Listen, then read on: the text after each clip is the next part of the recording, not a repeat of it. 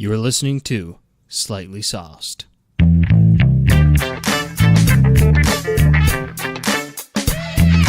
Hello, Internet. Welcome to episode 215 of Slightly Sauced. My name is John.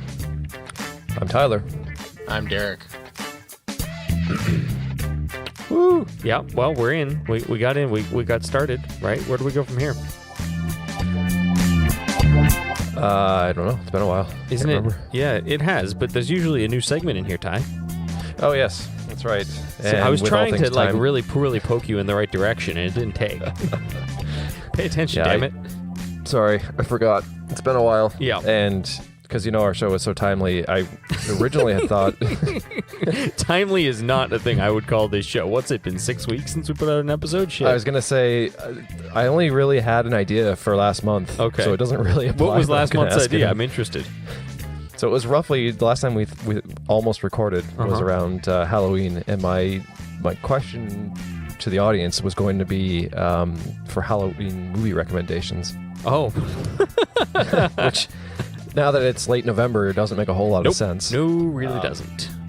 I don't know that I have a Halloween movie recommendation, though. Like, I'm not a horror guy, and it's not really because I find it scary. I just sort of have a hard time not laughing at horror movies because they're often kind of goofy, and I understand that a lot of people watch them for that reason. I don't find them terribly enjoyable. So, are there other types of Halloween movies that aren't horror movies? Well, I think there's a range, like there's quite a bit of difference, like on the whole whole spectrum, I suppose, of horror movies. But for me, I do find some of the corny movies funny. Like I did watch Cult of Chucky, which is apparently a thing that they're still putting out. But they're still making Chucky movies? So I do remember watching a Chucky movie at a friend's house when I was a kid and having it scare the ever-living shit out of me. Like it was terrifying, but I was like 8. So, you know. So you should watch, well, I don't know if it's actually a legit recommendation or not, but if you happen to be watching a Chucky movie again, I think you'll find it actually hilarious. Because it's a horror movie that knows it's complete nonsense. Yeah. And so it's just ridiculous. But they never really let down that whole like fake horror guys that they're trying to So are they like are they taking the piss out of horror movies? Like, is it sarcastic? Are they making fun of them? So it's not quite to the level of like I don't sort of, but it's not quite to the level of like, it's not like Hot Fuzz? Scream, where they they break the whole fourth wall, right, whatever.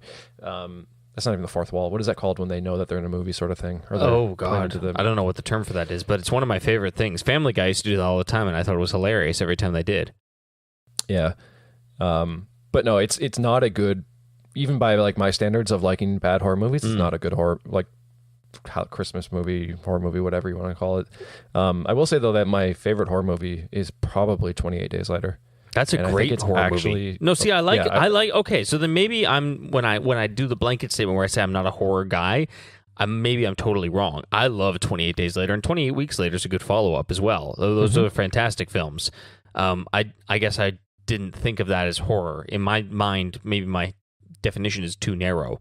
I'm always thinking of like the what was that shitty movie we watched? You're thinking of like slasher movies, right? Like, slasher movies. 28 Days Later is horror, but it's more, I guess, on the thriller side of things. No, 28 Days Later is like a cerebral, it's like, what the island? Shutter Island. That's another one that I really like. Also a very good movie. Okay, that'd be considered horror? All right, I guess I do like horror movies. That's, it close. I would call those psychological thrillers, maybe. Yes. But I like those a lot. But 28 Days Later does have the whole zombie aspect to it. So it is, I think it's a little bit closer to the horror genre if we're not.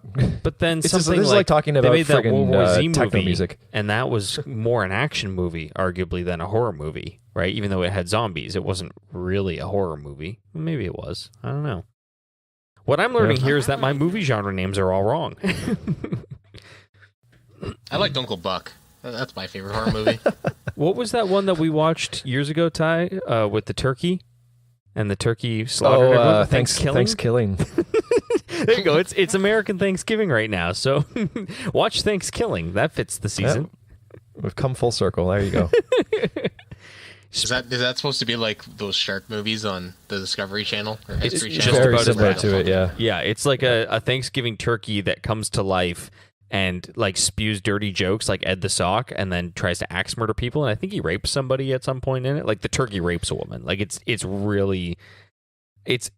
purposely over the top and insanely stupid. Isn't that bestiality? Is that legal? Reverse bestiality? Is that a thing?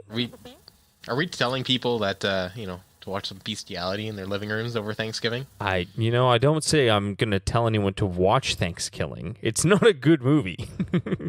What was that other one we watched about the zombie strippers?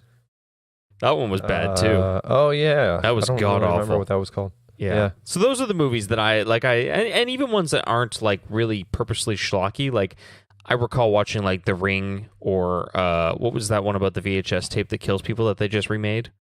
That was The Ring, is it not? Oh, is that The Ring? Oh. That's The Ring. Is that the one with the girl with the gross hair that crawls out of things? Yeah, the one that like fell down a well or something. What's The Grudge then? That's the one with The Grudge black is the one where they're smoke making that weird like deep throat like gargling sound. Yeah, both of those, yeah.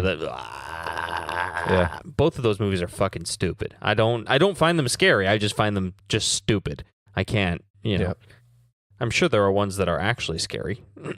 I wish I could remember the name of it, but there was a funny. It was like a mockumentary / horror movie about 3 vampires that were living together.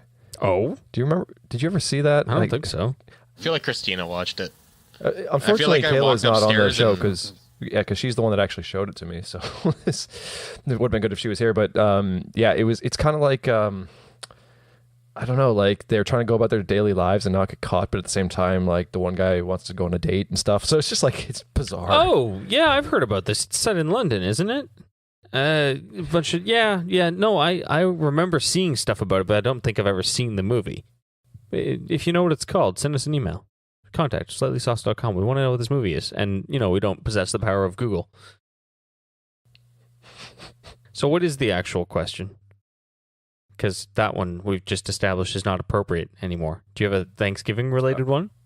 I mean, we're Canadian, so it's not even really Thanksgiving 7 minutes here so far. So it probably was an okay question, but I don't really have one for November.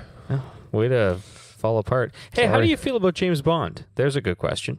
Are you pro James Bond? Which is your favorite James Bond movie? I don't know yet because I've just been rewatching them. That's why I bring it up. Steph and I started a thing a few weeks ago. We've been watching the Bond movies in chronological order from the beginning. We are 3 movies in now, and they just keep getting better. It's that, yeah. With the one we just watched was Goldmember, and it's the first one that feels like a modern Bond movie. Like there are gadgets, and there's a Bond girl, and there's an evil villain, and like he's more a spy and not just a detective, which he very much is just a detective in Dr. No and From Russia with Love. He doesn't act like a spy, I guess, in our like. By the time you get to Goldmember, he acts like what you think a spy should act like. Like it's some straight up Mission Impossible shit, right? Plus, I don't know how you felt about From Russia with Love, but for me, that movie was always like they took like a subplot and then made it into a whole movie, and it just didn't feel like it flowed right. I'd agree with that. Yeah, it didn't seem like there was a lot at stake, did there? Yeah. I don't know. I think from like I'll even include the modern Bonds. Mm-hmm. I think my favorites are going to be A View to a Kill. Mm-hmm. Is that the Timothy Dalton one? No, which one's the Timothy Dalton one? Where he... So View to a Kill is the one with Roger Moore in San Francisco with Christopher Walken. I have not seen that one, but that sounds excellent. Christopher Walken as a Bond villain sounds like what I've always wanted. That's the one with the girl with the horse. Yeah, the girl with the horse. That's right. Yeah. Living Daylights is the one where he rides down the hill on a cello. Yeah, that's a great movie. I really like that one. GoldenEye is classic to me. I can't remember the last time I saw GoldenEye. That's childhood. So this is why Steph and I decided to watch through the Bond films. Is she's only seen the Craig movies, and I've seen all the Craig movies, and then just a few throughout. So I've seen like a handful of the classics, but I haven't seen them all, and I haven't seen them in any kind of order either. So I thought it's really interesting to try and watch through them in a relatively short period of time. So every Sunday night we're watching a Bond movie, so you kind of still have the previous ones fresh in your mind, so you can see as time goes what the changes are, and it's been really fun so far. I'll even give credit to the new Craig movies. Like Casino Royale is an excellent film. Casino Royale's fantastic. And not the second one that I can never remember. That one sucks. Quantum of Solace. Quantum Solace or whatever. That sucked. Yeah. The one after that, though? It's excellent. It's probably the best. What that one's called. Yeah, it's Skyfall. We just watched Skyfall. That's what kicked this all off. I don't know that I would consider it the best. I think Casino Royale is better, in my opinion. But I agree. What I like them for different reasons. Yeah. I like Casino Royale. It's a good break from the Brosnan Bonds, where they kind of got a little bit silly.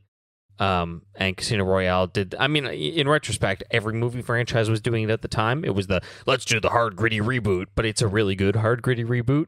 And I like Skyfall for different reasons, but the reasons are that they actually humanize Bond in some respects. You see him, like basically washed up and, not good enough and fighting his inability to be good at his job and understand some reasons of why Bond is Bond. And I think that that's really interesting because they make him more of a human character. But then the newest one, I think whether or not they had to do a full reboot or if they just could have done a reboot with a new actor is debatable. But I really felt like before Craig took over, the previous movies were getting a little insane. Like there was what was the one with Halle Berry and Jude Law who played like a North Korean? Like it literally made no sense at all. And what was the one with the guy who had the bullet in his brain and so he had a nuclear submarine and like it just, Die Another Day and The World Is Not Enough. I mean, or is it Tomorrow Never Dies? They're a little silly. What was the name of the scientist in that one? The Bond girl. Oh, Christmas Jones? No, that's... Oh, sorry. No. I thought that is one of them. Is it? Yes, because the line is like, don't make any of the jokes. I've heard them all already. Or, anyway. Yeah. But the most recent Bond film that they made with Craig, again, isn't very good. They totally wasted the opportunity to have Christoph Waltz be like the best Bond villain ever because he's a legitimately scary dude. If you saw him in Inglourious Bastards, he can play a phenomenal villain. But then in the most recent film, spoiler alert, skip 5 minutes ahead if you haven't seen it. I don't know why. It's like 2 years old. But the whole plot point is like they retconned all of the Craig movies and basically claimed that Christoph Waltz had been the big bad guy the whole time because he and Bond were like stepbrothers when they were kids and Daddy was mean to him and so he wanted to make Bond mildly annoyed. Like, it was a really shit plot. It was just dumb. And I felt like they really underutilized what he could have brought to the movie. Yeah, for sure. But anyway, I'm working through Bond, so I'll keep you updated. We'll check back in a couple of months. There's like 25 of them, so I've got, like 6 months ahead of me. And I'll let you know where I'm at. But I'm enjoying it so far. I highly suggest that anyone who's interested in the franchise goes back and watches it from the beginning. It's pretty cool because you see how Bond develops and you start to see what tropes were there from the very beginning. And you also start to see things that are like we just take for granted in action movies and in spy movies and in sort of that genre. And Bond, in a lot of ways, are the films that introduced a lot of those things that we take for granted as they must be part of action movies. So it's pretty cool. Yeah. And you are right. I looked it up. It is Dr. Christmas Jones. Is it? Okay. Yeah. See, I know little bits. You're gonna love You Only Live Twice. That's what. My favorite one. That's the one in Japan. That one's really good. The ninjas. Well, so it's probably I don't know. It's really cornially hilarious. Yeah, but it's it's one of the better original films. Oh, I gotta ask you though, does the original Casino Royale count as part of canon? Because like the comedy one? Yeah, it's not a real it wasn't made by the Broccoli family, no, and it was like a rights cash in. Yeah. Someone owned. Yeah. So like, do I have to watch it? Because I've seen parts of it before, and it's fucking stupid. Frankly. Yeah, I don't know that I've seen the whole thing either. Okay. So I would say no. Okay. I think we watched it it once when we were kids. Anyway, we should move on. We got some email from Ernie. It's Ernie. Ernie. He likes dragons. Ernie. It's Ernie. Ernie. Sending human skin to people. It's Ernie. Ernie. Ernie. And Bert. Ernie says, hey there. I have some opinions on the subject of streaming television content from online sites. Christ, is that what we talked about in the last one of these things? I really don't remember. Timely as always. He says, you briefly mentioned that Star Trek Discovery was being carried by Space Channel here in Canada, but did you know that Space has an app called Space Go so you can watch the shows online? Actually, I didn't know that at all. He says, well, don't get too excited. Naturally, you have to sign in under your cable provider before you can access the online content. And by coincidence, Space is owned by Bell Media. What a surprise, he said sarcastically. It would be fantastic if Canada could get a service akin to Hulu, but I feel that may never happen.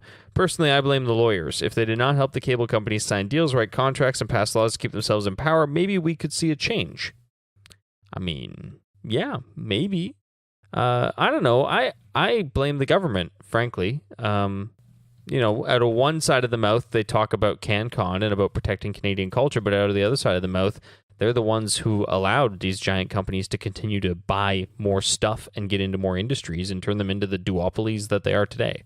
Or triopolies? TELUS counts as a thing, right? So, what do you call it? Not really for media. They just sell, right? Yeah, but this is... So the thing that bugs me... Specifically Rogers and Bell, because I don't think TELUS is in the television game, but the thing that bugs me about Rogers and Bell is not necessarily that they're the only options for internet, or not necessarily that they're the only options for cell phones. What bugs me is that they provide internet and cell phone and television and own radio stations and also make magazines, right? And also own newspapers. That's what bugs me, is that they're media conglomerates, because that to me means that their internet wing, their internet division, has to be biased towards the needs of their television division, right? They can't go all in and put Bell Media television shows on Netflix because Bell operates a competitor to Netflix called Crave. Similarly, they don't want Netflix to move into the Canadian market, so they'll fight against it tooth and nail because they want to prop up Crave, right? They're biased because they have too many fingers and too many pies. That's the thing that bugs me. Is that fair? Yep. Yeah. Sounds like you're talking about net neutrality there, John. No, I'm not talking about net neutrality. That's not a thing I'm talking about. The whole fucking internet's talking about net neutrality. Not here. Continuing with Ernie. But speaking of laws, in February of 2015, the Harper government changed the Importation of Intoxicating Liquors Act. I didn't know that we had an act called that. To allow alcohol to be freely transported across provincial borders. So now you can buy all the Blue Beaver beer that you want and take it back to Kitchener or Waterloo.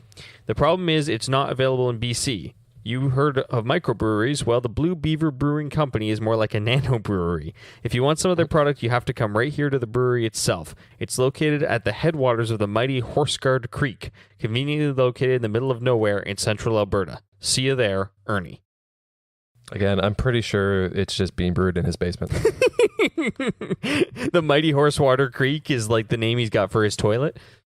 I guess. It's just bathtub beer. I will say I did take a look for it, but as he pointed out, it didn't exist when I was out in BC. So you're in BC and you couldn't find it. Okay, so you corroborate his story then. He's not full of shit. I mean, I won't say I tried very hard, but yes, what I saw. It wasn't widely available in every bar is what you're getting at. Basically. Okay, that's fair. I mean, you tried. What more can be asked? Oh, it seems that Horsewater Creek is a thing in Alberta. Is Blue Beaver Brewing Company a thing? I've never thought. I don't know. I didn't Google that. Oh well, shit. You've used up all your Googles for a day. How are we ever going to find out the answer? You have to like and subscribe first. Oh, that's what you got to do for sure. Okay, so what are we actually going to talk about tonight? I think we're going to talk about, Electronic Arts fucked the dog, didn't they? Yeah, and Blue Beaver Brewing Company is a thing. Oh, okay. Except that's good. I can only Beaver find the one that's Falls. in the States. In the USA. Oh, in So the USA? yeah. Oh, so there's maybe not one in central Alberta? I don't know. There's also apparently something in Vienna. Austria. Oh, they have a website. It literally says Nano Brewery. Oh, okay. Well, Ernie's never lied to us before, right? Oh, Beaver Falls, Pennsylvania. I think he's lying.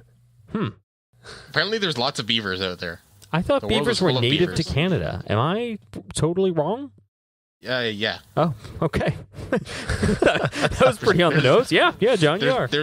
There's no pussyfooting around that one. You're just wrong. They got And not those even guys about everywhere. the beaver comment. It was just you're wrong in You're general. just wrong. Suck it. Okay, Derek, why don't you explain to us at a high level what EA did to piss off the internet? Well, EA messed with Star Wars, which everyone knows is a punishable by death offense. Yeah, now that Disney owns Star Wars and has started making Star Wars stuff again, it is our fate to love Star Wars because you have to love Star Wars, because how could you not love Star Wars? We're making one of these every year, goddammit. Love Star Wars. They will literally force it down your throat. Mm-hmm. And if you don't love Star Wars, then I guess you die. Yeah, Mickey Mouse suffocates you. Yeah. Mickey Mouse. No, he takes one of his gloves off and shoves his weird claw rodent hands down your throat until you die a slow and painful death. Oh, it's terrible. God. Yeah, so they Electronic Arts owns an exclusive license, or has an exclusive license, to make Star Wars flavored video games.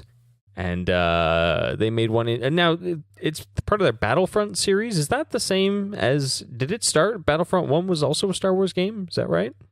Yes. Okay. So the Battlefront series started back in, I think, 2003. Mm-hmm. The original Battlefront. Then they did Battlefront 2 in 2005. And then in 2015, they rebooted the series and called it Star Wars Battlefront. Right, because it was originally just a modern military shooter, Battlefront, right? It wasn't Star Wars? No, that's Battlefield. Oh, it's Battlefield. Oh, fuck. Battlefield. Okay. Battlefront is just Star Wars. It's always been Star Wars. I've also made that mistake before. Oh, okay. Yeah. All right. That's confusing. Yeah. Also, even more confusing because there's multiple Star Wars Battlefronts, right? Yes, and they're the same names because there's a Star Wars Battlefront from the early 2000s, then one from 2015, and then Battlefront 2 from the early 2000s, and then one from this year. Also so it is very Battlefront confusing. 2. Okay. And it's very funny right now because people are going on the Steam recommendations and saying that, oh, this game doesn't have microtransactions. I don't see what everyone's so mad about. And they're talking about the wrong game. Right. They're talking about the original one. It's all just a joke. But yeah, so they basically put a complex economy into the game and made it so that you had to grind. It was something like 1,500 hours. Someone figured out, John, right? No, something like 2,500. 2,500 hours. More. Yeah. It was a year if you played every day for 8 hours a day. In order to unlock all of the content in the game, right? Because it was more than 40 hours a character or something like that. Yeah. So okay, exactly. let's plus, give people plus your guns, plus everything else that you have to unlock. Yeah. So the deal is they also linked a loot box system into it that you could buy loot boxes, and that would give you the currencies and all the other stuff you needed to just unlock stuff. So now you have people that are really mad because they've paid for a premium game, full price, which is in Canada like $90, and they are forced to be competitive in multiplayer by paying out another few $100s for loot crates. Because as soon as someone does it, if you get into a game with that one person will dominate because they have so much more stuff than you. They have the good characters, they have all the good, I think they're called star cards in the game, which give you bonuses to the amount of damage you output. Like, they kind of really screwed the pooch on this one. So, like, at a high level, the thing that's important to understand about this game is that it's primarily a multiplayer experience. Like, I think there's a 6 or 7 hour single player campaign through it, but it's made to be a big online shooter, right? And like Derek said, the phrase I think that people use is play to win, basically, or pay to win, excuse me. You have this option not just of having to put in a ton of hours in order to get the best stuff in the game, but you can just circumvent that, or you could at launch just circumvent that by purchasing your way up that ladder. And the internet had a field day with that. People were super unhappy about it. I guess this came out in preview with EA Access, and that's when some people noticed, like Derek was saying, that and it wasn't just any character. It was like to unlock iconic characters like Darth Vader and Luke Skywalker, and like the Star Wars characters that literally everyone in the Western world knows the name and face of. In order to play as those characters, you would have to play the game for 40 hours or pay, I forget what the equivalent was, in order to be able to unlock them. And it raises... It was usually around $100, I think. Per character? People were figuring that it would cost per character, yeah. Jesus. Because, so this is the other problem. They tied the in-game economy to a loot crate system, which you buy it, and not all the time, like, you don't always get the currency that you need to buy characters all the time. Sometimes you'll get currency to buy weapons or buy something else, right? Right, so this game has how many types of currency? 3 or 4 different types of currency? Yeah, there's 3 types of currency. There's like credits and star cards and crafting parts and I forget what else. Yeah, well, that's other things in the game too. Like I think it's 3 types of actually just like dilithium or something like that. I can't remember what the actual names are because I after I heard all this stuff, I didn't bother buying the game.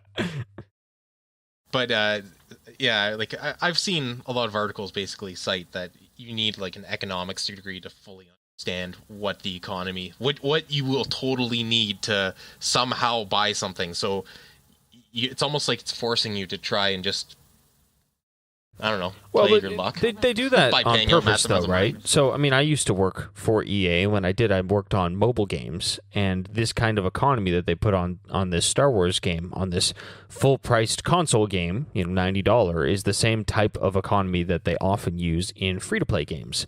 And the basic idea is simply misdirection. You don't generally want players to be able to develop a mental model for, this many dollars equals this in-game item, because what they want to do is to sort of separate you from your money in a sense. That's why you buy credits. They just sort of put a bit of indirection so you don't really understand the value in dollars of the purchase, because they want to make a false equivalency between that value in dollars of the purchase and the minutes or hours or days or weeks that you would have to spend playing in order to equal that purchase, so that you never really consider how much money you're spending. That's usually the goal of these types of systems. So they're made confusing on purpose. Yes, I've heard them compare the loot crate system to like gambling as well, right? So that's because it is. The Belgian government today, as of recording here, came out today and claimed that loot crate systems are a form of gambling, and they are going to try to regulate them because they believe that gambling should not be something that children are exposed to, and children do play video games. And so it'll be interesting to see if that gains any traction, particularly if that gained traction at the European Union level, because Belgium is a part of the European Union. Then that would probably be enough of an audience to have a sea change in the industry. But this game is not the first that did loot crates, right, Derek? I think Need for Speed is one of the ones that's cited as having done loot crates first. Need for Speed, but so this is the other thing. They tied it into actual character progression in Star Wars Battlefront. A lot of other games that have done loot crates in the past just tied it to cosmetic upgrades. So like hats or different armor or something like that. Exactly. You just got, you'd pay money to get hats and stuff like that. So you were basically buying loot crates to make your character look cool. Mm-hmm. And a lot of the time, those cosmetic items you couldn't even buy outside of it. So it's not like these cosmetic items had, I guess, real value. Sometimes they do in some games. Counter-Strike or Team Fortress, they have a whole like sub-economy based on hats, don't they? Exactly. And the thing is, I know a lot of these are won from loot crates and stuff like that. So you end up you're able to sell these later on for actual. World of Warcraft has had that for years too, because it's random drops, right? And so you can sell your random drops to other people who don't get so lucky, and they have value, and that stuff's okay in general. Yeah. Okay, so here I found a article that's citing. So the UK government is investigating loot crates and their form of gambling. I guess some states in the US and Belgium. I think saw Denmark also. So, Hawaii. There we go. The state of Hawaii. I mean, I guess they kind of are gambling, right? In the sense that you buy them, and the way to think about them, if you're not familiar with the idea, is like the question mark boxes from a Mario game, right? You hit them and it does a random thing. You don't know what you're going to get. In this case, in the case of Battlefront, you might get currency that you need, you might not, but you had to make that purchase. So anyways, I've played free-to-play games before, like World of Tanks, and they have put in, like, they don't generally have loot crates outside of special events in the year, and there has been times where, I'll get like a 10-pack of these loot crates, open them up, and I'll get a whole bunch of good stuff, and I'll be like, maybe I'll just do another 10. Yeah. So I do see how people can get kind of. Well, and this is where I think all of a sudden they spend $300 and That's not even the worst of it, don't know though. where it went. Like, I think that's where you get into what I can bring to the discussion as somebody who worked on mobile games, right? Mobile games are funded because they are free-to-play games. They are funded by a small, they call them cohorts of the population of people who play games. So they split the audience up into cohorts, and usually they're split up by how much they're probably going to spend on the game. And they, for some reason, use fish analogies in all of these things. So whales are the cohort, the very small percentage of players that pay a significant amount of money into the game. And those people, the 1, 2, 3% maybe, that pay significant amounts of money are the people who pay for the development of the entire game, because it's very expensive to make a game. But the vast majority of people who ever download a free-to-play game, first of all, never open it, but then after that, the vast majority of people who do open it never pay a cent. And that's okay. That's the marketing of free-to-play games. But like, conversion rates are, a conversion rate is a measurement of how many users play versus how many users will convert, so to speak, to paying money to play. And conversion rates of above 5% are unheard of. Like, that just doesn't exist. And there are stories in the mobile games industry. There were stories just in the studio that I worked for, making mobile games, of the crazy players. Like, there was a person that, while I was working on a game, that nearly missed his wedding because he was too addicted to the game to show up at his wedding. There were people who had paid literally tens of thousands of dollars into the game. There were people who the studio had been courting as players, like as important players from game to game, sending them special packages and prizes and gifts and stuff to try and get them to play their new game because they knew that they'd be that valuable. There are people who do have disposable income and who spend this money the way that, somebody might spend money on nice whiskey or strippers or a nice car or whatever, right? And it's just a hobby. Or going to Las Vegas. But there are people also who have a real problem with gambling and who can't control their expenses and purchases, and who the industry largely takes advantage of. And that's sort of a dark side of the mobile games industry, and now I guess the console games industry as well. And nobody likes to talk about it, because everyone likes to tell themselves that, oh, these are just people who love the game and they, love being part of the community and whatever. But the games are designed to, prey on that behavior and to trap people into that feeling of pressure in the community that, like, you have to continue to play the game or pay to play the game in order to continue to be competitive. So on the game that I worked on, we had leaderboards, and we do a release every month or something like that. And, once a quarter, we would totally nerf a bunch of characters and flip the leaderboards upside down. And then people who wanted to be on top of the boards again would have to pay to get right back up and acquire the new characters that changed the game, right? And it's pretty transparent, and it's I don't think good I guess what I should say is I don't think it's conducive to making great games, because in my experience, this type of economy, it infiltrates every aspect of designing the game, right? Like, every question that is asked of a developer or a designer or a product manager or whatever when designing the game, every decision is weighted against what will this do to the economy of the game, as opposed to being weighted against what will this do to how fun it is to play our game, or what will this do to our player retention, or what will this do to any other metric that you could use to measure how good a game is and how much people enjoy playing that game. Instead, the question becomes, what will this do to the economy of the game? And I don't believe that makes for the most compelling or interesting video games to be made. Yeah, that kind of sounds like what happened to Star Wars Battlefront. Where all of a sudden, now you have this complex economy that's built upon being forced to buy loot. Well, you're not being forced to buy loot boxes, not. But if you wanted to be one of the competitive players, which, look, these games are not my cup of tea anyway. And even if I do play big multiplayer games, I'm not the competitive type. I tend to play, with you guys. But I knew a guy that I worked with while I was at EA who played, what is it called? I forget which game it was, but he was really into it. He played for hours a day, and he was on the top of a bunch of leaderboards, and, it was important to him. It was part of what he did in his off time, and he really liked to pour himself into that game and hone his skill at it, right? And so there are people who play these games obsessively. There's nothing wrong with that. but now, arguably, those people will have to compete against people who just paid to get the good stuff. So in response to all this, the internet basically freaked out. They lost their collective minds over this. And it seems that for once, internet outrage actually provoked a company to do something.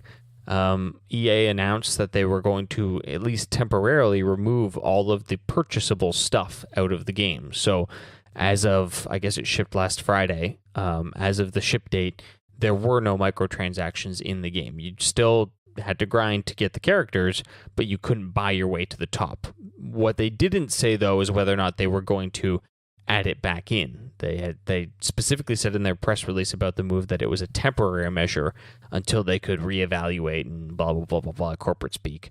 But I think a lot of people are expecting that they will add it back in. And Tyler, you quoted some sales numbers that you saw about the potential impact that this outrage had on EA, right? I saw a news article about it. I don't remember what the exact numbers were, but I think it was like 60% I think that's right. in sales. In physical sales. Yeah. It didn't track digital sales, this thing, but it was 60% decline in physical sales over the previous game in the series. Which didn't even sell that well. And people were saying, or the article was saying that over the same time period, in general, physical sales of video games have fallen by about 20%. And it's not that people are buying less games; it's that digital sales are becoming more and more popular. So, arguably, a 60% fall is far too dramatic for a game that is, and EA is a huge company, and this is a huge game, and it cost millions of dollars to make this game. This was a tentpole game for them. This would be a big quarterly earnings game. Like, I fully expect that this outrage, if you were on any of the internal company meetings or anything like that, this is something that's going to impact the future of the company if it misses its retail marks.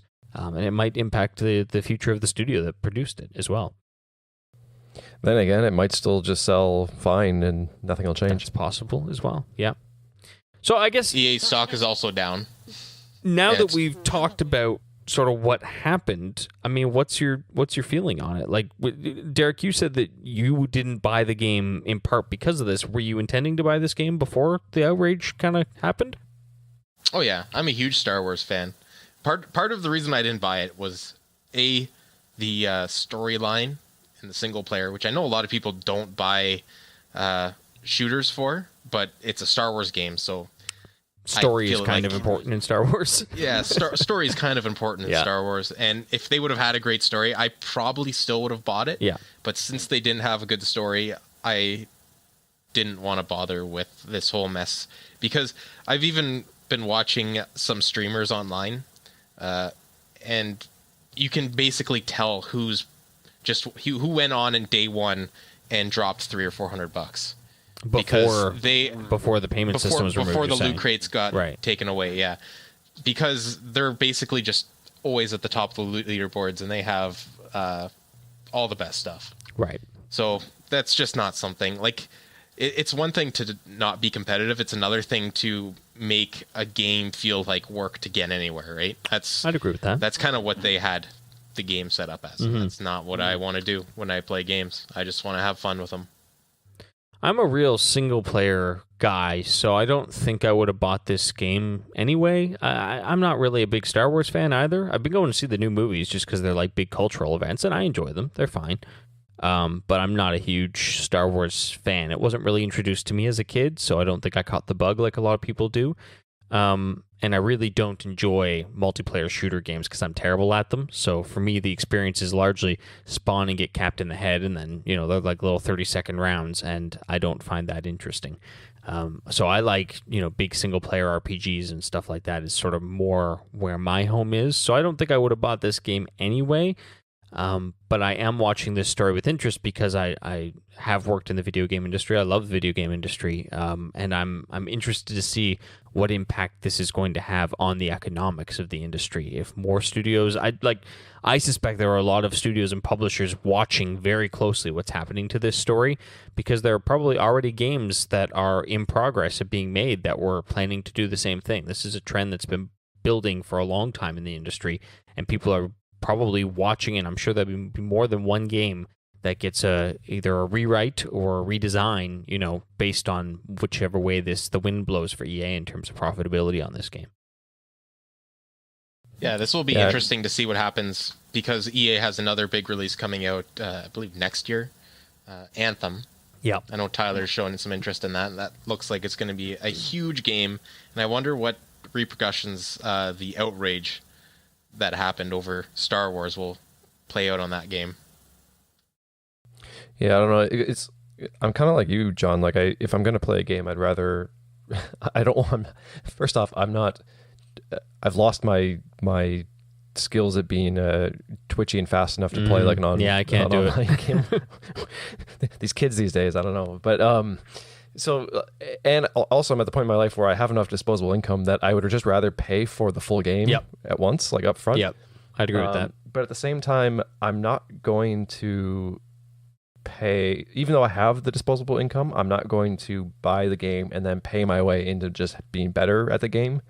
So I feel like, and I guess in addition to that, I don't have the time to grind my way through a game to get all that stuff anymore either. So it's kind of this weird spot where by principle, I'm not going to put money towards, I would never put money towards like loot crates, but at the same time, that basically permanently disadvantages me. But I could also, like, if they had just included it all from the get-go and charged a little bit more for it, I would have paid for it anyway. But granted, I understand so you're saying you would have paid for like a premium pass, for example, that unlocked everything. That would be something you might have been interested in? I believe in this interestingly antiquated concept of a complete game. So yeah, I mean, I don't know what you're talking about. If the economics are such that the game has to cost $5 more, $10 more, or whatever, that's what it is. So, but I know at the same time, I understand that people who are still in school or kids or parents just don't have that money to throw around needlessly. But I think that at a point in my life where I don't have any, though, is that any dependence. The interesting part of that is that people complain about how expensive video games are, but on the flip side, publishers and studios complain about how expensive they are to make. But the reason they're so expensive to make is because people who buy them have certain expectations of what a game must be, in order to earn their dollar, and those things aren't lining up, right? Like we've just come through a major increase in the cost to make games because of, 4K games that run at 60 FPS, and the cost to do all of the art and assets in games, as with blockbuster movies, same thing, is phenomenally huge. It takes a small army to make a console game these days. It's a huge $1 million+ undertaking, no question, and it's a massive risk. Well, I think people forget too that, it was only just the 90s when N64 games were going for over $100 a piece.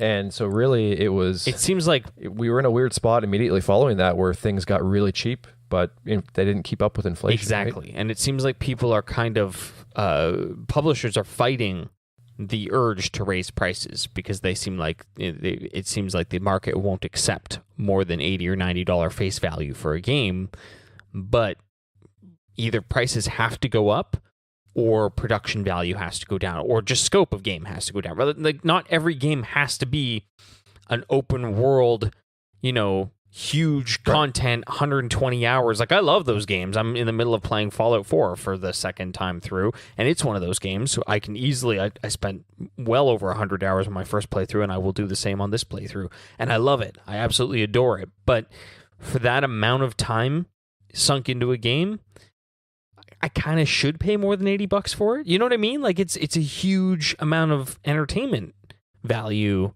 to expect that it's always going to be cheap.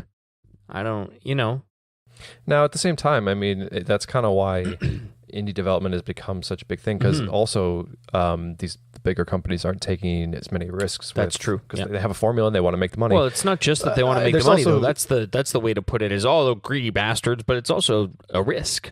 Right? Like, every game they make is a massive investment risk. Yeah. But but they try to minimize the risk. That's all Tyler's trying to say. Yes. Yeah, but exactly. Not wrongly is what I'm trying to say, right? I'm just trying to say they're not necessarily greedy. They're just being responsible. Right. But, I mean, there are also cost savings that have happened in modern times as well. Like with the move to digital, you suddenly don't need to pay for physical fabrication and shelf space. And also, while traditional advertising costs have probably gone up, there's a whole new world of, what do you call those people who play the game on YouTube and people just watch it? Like, it's essentially free advertising. Unless you're Nintendo. Nintendo sues the shit out of people who do that. But that's their choice, right? I mean, But my point is basically that there are ways. There are ways now to advertise a game that never existed in the past. Yeah, I absolutely agree. Yeah, that's for sure. Oh yeah, well, content creators definitely are. Well, they've probably become the biggest way to advertise a game, because you hear about a game, and you go on YouTube or you go on Twitch and you watch a little bit of gameplay, and that actually gives you a sense of what the game's actually about. More so than any review or any trailer is ever going to tell you. Yeah, well, because the trailers are all generally pre-rendered or very scripted. I guess the thing that I wanted to say about this whole thing is that it's interesting, right? Because I'm not a multiplayer guy. I took a look in Fallout, the game that I'm playing right now, and found out that there is actually an online store in the game, in the first player or the single player game. You can go into the online store and you can purchase weapons and items and stuff that you can't get in drops anywhere in the game. So there are actually microtransactions in Fallout. I didn't even notice it until I went looking for them. So they're not, needless to say, they're not really pushed on you. They're something that if you're a super fan, you're welcome to throw a couple of bucks in the direction of the studio and buy some neat weapons and stuff that you can't get otherwise. But they don't. But also that decision that you make doesn't affect anyone else. That's right. It's your game and your decision, and they don't take away from the rest of the game at all. I mean, I guess you could buy a really good gun and just blaze your way through the game.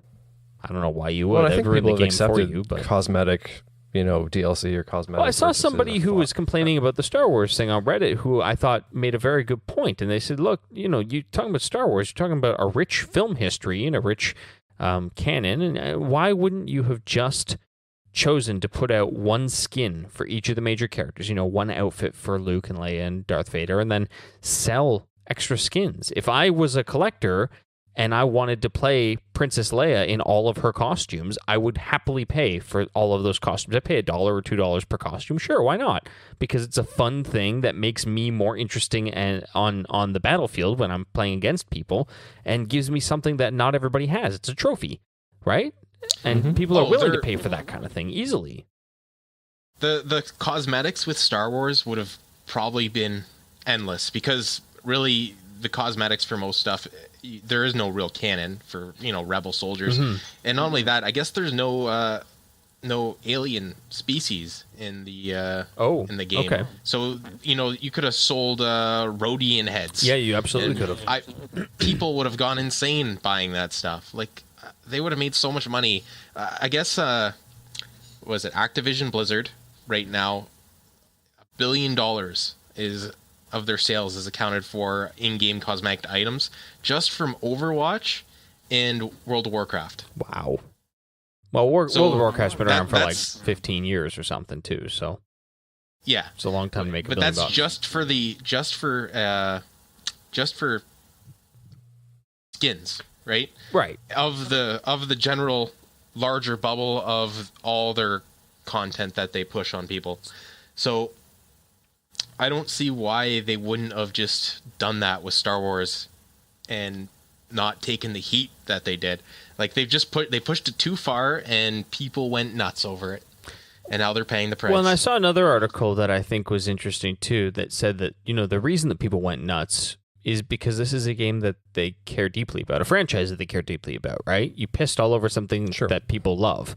If, to take another example again, if Need for Speed does this, people go, that's a shame, and kind of move on. But when you do it to a Star Wars game, people go, what the fuck have you done to my Star Wars? And they get passionate about it. And so, I think you're right, Derek. They just kind of pushed it a little too far for the appetite of the people who were the community that were going to buy this thing.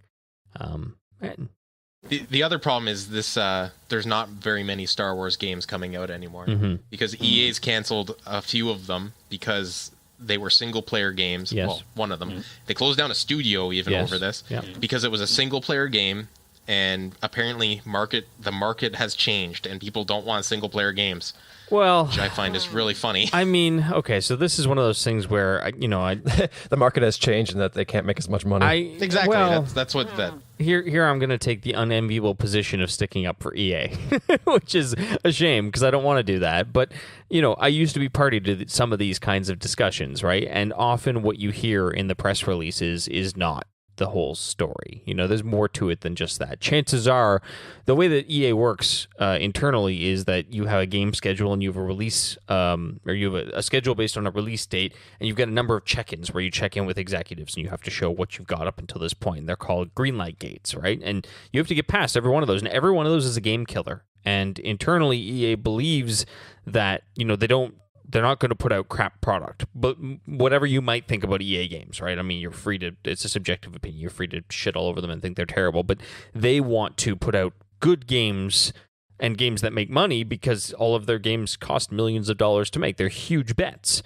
And so they've set up this gating system where your game can be killed at quarterly or every 6-month intervals throughout its development.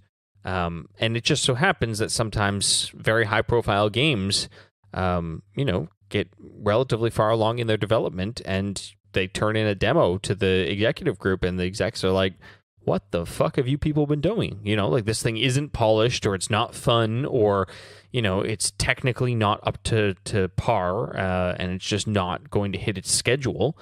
And in that case, no sense throwing good money after bad, and they cut the project. So that stuff happens all the time, and it happens far more often than you hear about.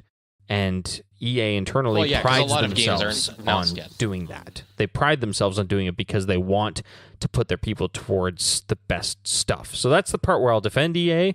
The part where I'll now shit all over EA is when they do that. Sometimes they also close the studio. And when they close the studio, those people often end up getting laid off, and that sucks. They do this thing called ripping, where they hire a bunch of people to build up a game team, and then when the game is done, or if the project gets canceled or whatever, all those people get laid off. But the games industry is like that. A lot of people who work on games, particularly in the States, are used to working in that contract way, and that's just the way the industry is. So I look at the games industry as basically the white collar equivalent of the trades industry. You get hired on for a project, and at the end of the project, a lot of people just get let go. Well, and that's, I think, something I didn't realize about the industry until I spent a little bit of time in it. And again, I worked on servers for mobile games, so I certainly wasn't in the trenches with the console developers. Let me be really clear. But I didn't realize, I think, from the outside, that it is an entertainment industry, which sounds stupid to not realize that, but I don't think people think about what that actually means, right? What that means is that you're building a subjective product that people may or may not like, and it's going to cost millions of dollars to make it before you ever see a cent in return, and there's a good chance that you could lose your pants on every single release. So it's a high-risk thing, and the vast majority of the releases don't make money, and it's the big blockbusters that pay for everything else to get made. So that sort of industry affords a different way of looking at how you have to make stuff just to be a responsible company. And I guess I can see it from their perspective some of the time. That's my rant about EA. Just disappointment. Just disappointment. That's all. Just disappointment. I am disappointed. You really wanted a good Star Wars game for Christmas, huh? I just wanted a good Star Wars game. Yeah. I feel like I haven't really played a good Star Wars game since Knights of the Old Republic. Yeah. A lot of people loved KOTOR. That was a good game. So, well, maybe one day. Maybe one day they won't dig it up. I don't know. maybe when they make an HD version of it. I don't know. And charge $40 for that. The whole industry right now seems to be moving towards these giant multiplayer games, and I think that becomes a problem when you're talking about the HD version of it and charge $40 for it. That may never happen because these games require game servers to exist. And, that means that in 2 years when they want to make another Battlefront game, they'll probably turn off the servers for this game, and there just won't be a legacy of these games. There won't be a replay in 10 years and remember this game and that, the history of it and whatever. That kind of is disappearing with these types of games. I just meant Star Wars Knights of the Old Republic. Oh, that's what you meant. Okay, you weren't talking about this game specifically. HD remake of right, that. Right. This game's already in HD. They don't need to make a remake of No, but it'll be in like super ultra HD. Oh, 4K. Sure. 4K HD. Whatever they sure, call it runs on 4K on your PC. I don't know. Whatever. But is that it? Yep. Okay. All right, well, that's about it for us tonight. Thanks for listening in. If you've got opinions about video games in general or about the EA scandal in specific, please drop us a line. Contact us at slightlysus.com, and when we record the next one of these things in 6 to 8 weeks, we'll read your email on the air. And, of course, our jingle bounty is still active. Send us 3 emails, and you get a jingle. So, if you want to... I forgot completely forgot about that. Poor jingle, but nevertheless to be mentioned by name every single time you send us an email like Ernie, let us know. We'll make that happen. Yeah, that's it. Google us. Find the thing, subscribe to the show, all that jazz. You know how it works. It's a podcast. Everybody knows podcasting, right? So, like and subscribe. Yeah, do that. Thanks. Goodbye. See ya. Bye.